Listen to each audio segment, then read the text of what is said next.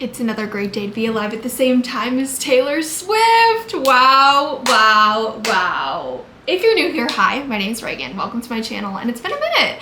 I feel like this is the perfect icebreaker for me to just dive right in, head first fearless. If you are familiar with my podcast that I have now discontinued, it was called Swiftie School, where I had basically weekly commentary on all things Taylor Swift. So in Swift nature, how could I not comment on this? This is groundbreaking, honk, honk, beep, beep.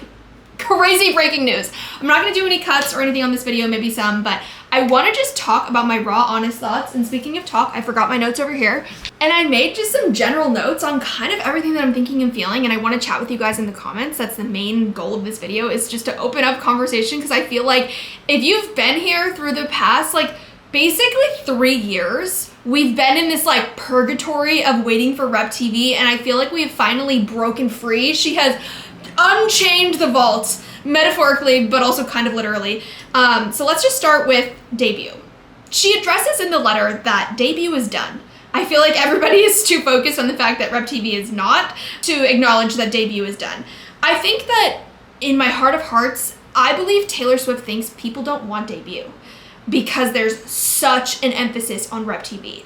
I personally, I think there's big percentage of people who really love debut. Reputation is just a very fun, nostalgic album for a lot of people.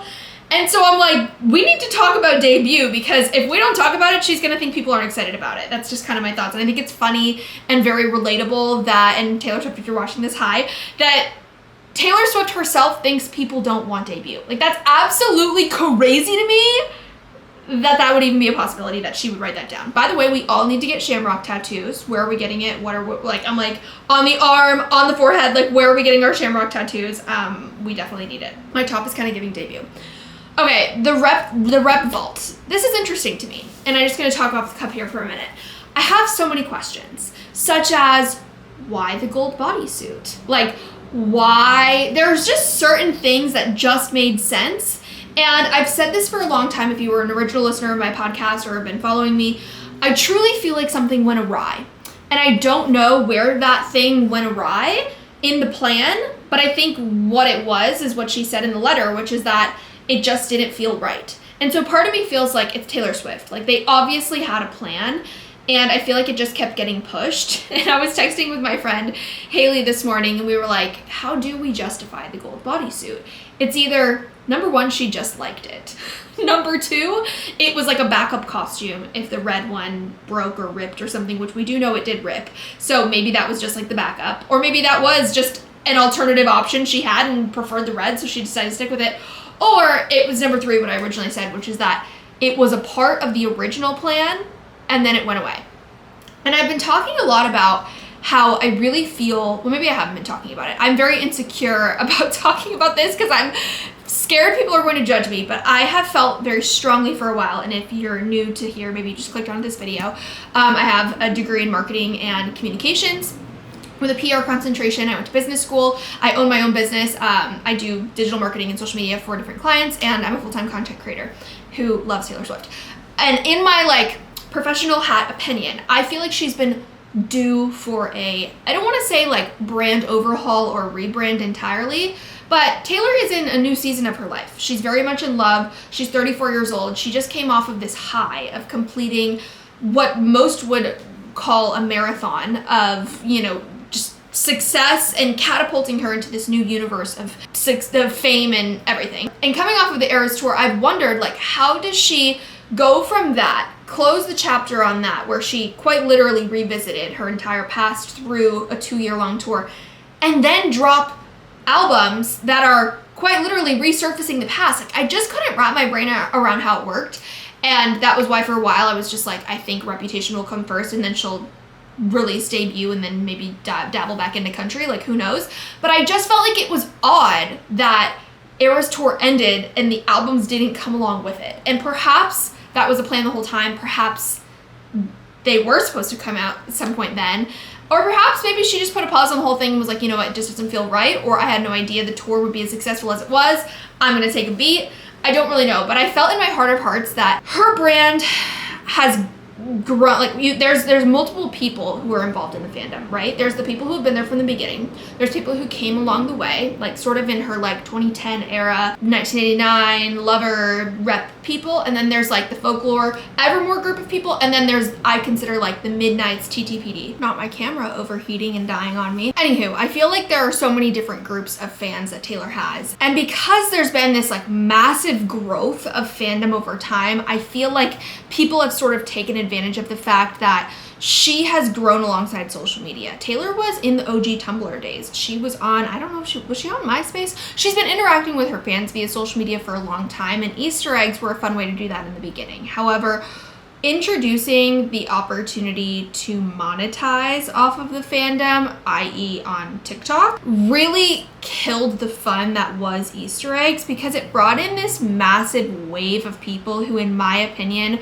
just wanted to profit off of the fact that they knew Taylor content is going to perform well regardless of if they actually are a fan or not. And I'll be the first to say, of course, I have had things like a Taylor Swift podcast and a Patreon, but my goal was always to build community. And I feel like there are a lot of people that are more on the train to make money and get clicks and views from Taylor content. And because of that, obviously you could argue from a marketing perspective, Taylor's fandom has grown 10x because there is always something to clown about, talk about, the re-records, the Eras tour, the live streaming, the this, that. But I felt like for a while recently, I've been feeling like it's been exhausted. It's become tired. And I feel like this came at the absolute perfect time to finally hopefully put all of that to rest, because now I'm like, we could just enjoy the music. Let's get back to the plot, which is the music, people. I feel like we've lost the plot.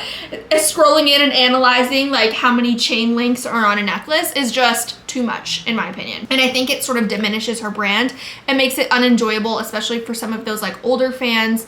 By older, I mean like OG fans, even people that are in the fandom that are 50 plus, like who have kids and don't have time to be sitting there like counting the gemstones on her earring, God forbid. You know what I mean? Now, when thinking back to like the thought process as well of holding off or maybe just not feeling right with Rep TV, I was talking with my assistant about this. Like, I think that strategically it was wise to hold on re-recording Rep TV and possibly never even re-release Rep TV and just do the vault tracks, because ultimately what releasing Rep TV means is that she is inevitably, just by the nature of releasing Reputation, going to resurface the reason that the Reputation album exists, which is that she was at the lowest point of her life. There was an entire movement on social media to cancel her. Kanye West, just Kanye West, period. Who wants to give him more media attention? Not me. And I think that that probably was just a really unsettling feeling, and she kind of touched on that in the letter. Now, I want to completely pivot to the other side of this, which is that this deal happened with Shamrock Holdings, which I needed a refresher because honestly this information sort of gets like very confusing for me. So I have it pulled up here with just like some breakdown of kind of Taylor Swift involvement with Shamrock Holdings. Sometimes they go by Shamrock Recordings and sometimes they go by Shamrock Holdings. So we know, dating back to the original like quote unquote sale or loss of Taylor Swift's masters, which is what led us to this whole giant ordeal in the beginning, but her first 6 studio albums were sold. Those were I believe that was associated with Big Machine Records. They retained ownership of those master recordings. And then in 2019, we had the sale to Scooter Braun, which happened in June of 2019. And Scooter Braun owned Eeeeep Holdings. Eeeeep Holdings, which is Scooter Braun, was acquired by Big Machine Records, which included Taylor Swift's masters. This was a deal that was in 2019 for $330 million. Taylor Swift, we know, publicly criticized this acquisition, called Scooter Braun a manipulative bully. Okay, great. Then we have 2020, and this is where Shamrock Holdings comes into play. So not long after, like a year after this whole ordeal with Scooter Braun coming into play, Scooter Braun sold Taylor's masters to Shamrock Holdings, which is where Taylor has said in the past, like, she wasn't even aware of, she didn't know of these deals happening until after the fact, which is, I think, what she found to be most upsetting. So this deal was for $405 million. And like I just said, she was not informed until after the sale. Then insert all of the re-records. This is where we started to get Fearless TV, we got Red TV, and then obviously following with like Speak Now in 1989, in 2021 and 2023. So obviously Taylor's whole point in doing the re-records was to kind of diminish the value of the OG albums. There's no need for her to do that anymore, hence why I do not think there's much value in her re-releasing. Like, do you guys think that it's worth her re-releasing Debut other than just maybe resurfacing and bringing attention to like country music? I don't know. Obviously she could do the vault tracks, but I don't know if there's much of value in her doing it now, other than bringing it to the charts and topping it. Okay, let me bring you to 2025. So May 30th, 2025, she successfully purchased original masters from Shamrock for $360 million, which is interesting because there really was no financial gain for Shamrock. But I wanted to look up, and what I was interested in was Shamrock Holdings and their tie to Disney. Shamrock Holdings was founded by Roy E. Disney, and Roy E. Disney's uncle is Walt Disney. So basically the Disney family is heavily involved in Shamrock Holdings. They don't necessarily own it, but they have a history, obviously, with the Disney family. Why I think this is interesting, and by the way, Shamrock Holdings is technically referred to as a private equity firm. So I don't want to go as far as saying like Taylor is forever indebted to Disney, because she's not technically. It's the Disney family has investment in this private equity firm. But I think that I would make a heavy inference that we will see Reputation Stadium Tour and any further documentaries and such on Disney Plus. And the reason I go down this rabbit hole is because I really feel like it was in, I'm gonna say Disney, but it's technically Shamrock. It was in Shamrock Holdings' best interest to sell this to Taylor and be in good graces with her, and Taylor continue a positive relationship with the Disney company or Disney family, than for them to be in competition with her. Not that they were in competition, but it was basically bad blood, if you will, by them owning it. They had something she wanted. Why not come together, give it to her? The money is so insignificant to Shamrock, in my opinion. $360 million is not that much in the world of Disney and private equity. I don't know what it means for Taylor Swift, but we know that she made way more than that just off of the Eras Tour alone, which is why we kind of helped pay for this.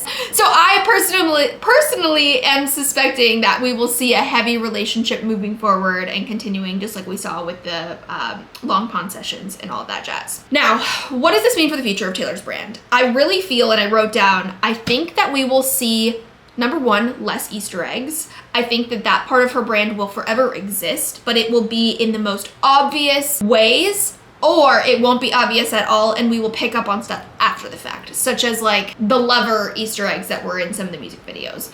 I think that Easter eggs will kind of be, I don't want to say a thing of the past. They will not be nearly as relevant, in my opinion, for the sake of her brand moving on and growing up. But also I feel like we might see less variants, less pre-sales, because I don't know, obviously, the nuances and intricacies behind the scenes of how Taylor making money works, but I feel like she's often criticized as being like the capitalist queen, and I think, in my opinion, I have no idea, this is all just my opinion, she probably does a lot of the things that she did, I guess is what I'm trying to say, with, you know, coming out with all these variants, coming out with new additions, and doing all that because she did at the time have control over that, but she didn't have control over the money being made on her previous work. Does that make sense? So that's one of my predictions, is less Easter eggs and then less like variants and pre-sales and all that jazz. Who knows? Maybe not, because she knows that honk honk beep beep, we're still clowns at the end of the day, and we love all the things from her. And then I'm kind of calling this the end of the TTPD era and the beginning of the TS12 era. I'm not saying that she's like dropping a new album soon, but I really feel like this is her stepping into her like what should have been the Lover era. I am now like imagining this as like the glitter gel pen, unicorn fluffy rainbow era that Lover really was supposed to be. I think that is this new chapter that she ends the like coffee table book with, like, see you next era. Who knows if at the end of the Eras Tour she knew that this was something that was in the works. It's only been like 6 months since the Eras Tour ended, but I really feel like this is TS12. Even if it's like metaphorical, I really feel like this is her stepping into that. I'm curious to know how long this has been brewing for. I can only imagine the nuances that go into the contracting, the paperwork, the legalities behind a deal like this. But I think it's interesting because I remember a couple weeks ago, and you guys correct me if I'm wrong, seeing something swirling around online that was like, Taylor Swift's masters are for sale again. And I was like, oh, that's weird. And I thought it was just a scam, but now I'm like, well, maybe it wasn't. and maybe it really did happen that fast. I have no idea how this works. So maybe it wasn't brewing for that long and it really was just like a short deal that was able to be made quickly. But anyways, those are kind of my initial like word vomit thoughts. I want to know 3 things from you guys. I want to know how long you think this was in the works. I want to know what you think the future of Taylor Swift's brand and business looks like moving forward. We're talking like Easter eggs, we're talking upcoming albums. And then I want to know what you think will happen with debut and Rep TV. And if you watched this far, go ahead and drop me either a snake or a guitar emoji, depending on what side of debutation you fall on. RIP. Honk, honk, beep, beep. The fact that we clowned so hard, like dating back to the Grammys 2 years ago, like when Torture Postpartum came out, and she never even recorded it. She never even recorded it. It's crazy to me. It's so crazy to me. But nonetheless, I always have the time of my life clowning with you guys, and I'm dying to hear your thoughts. So I will see you in the comments. Bye.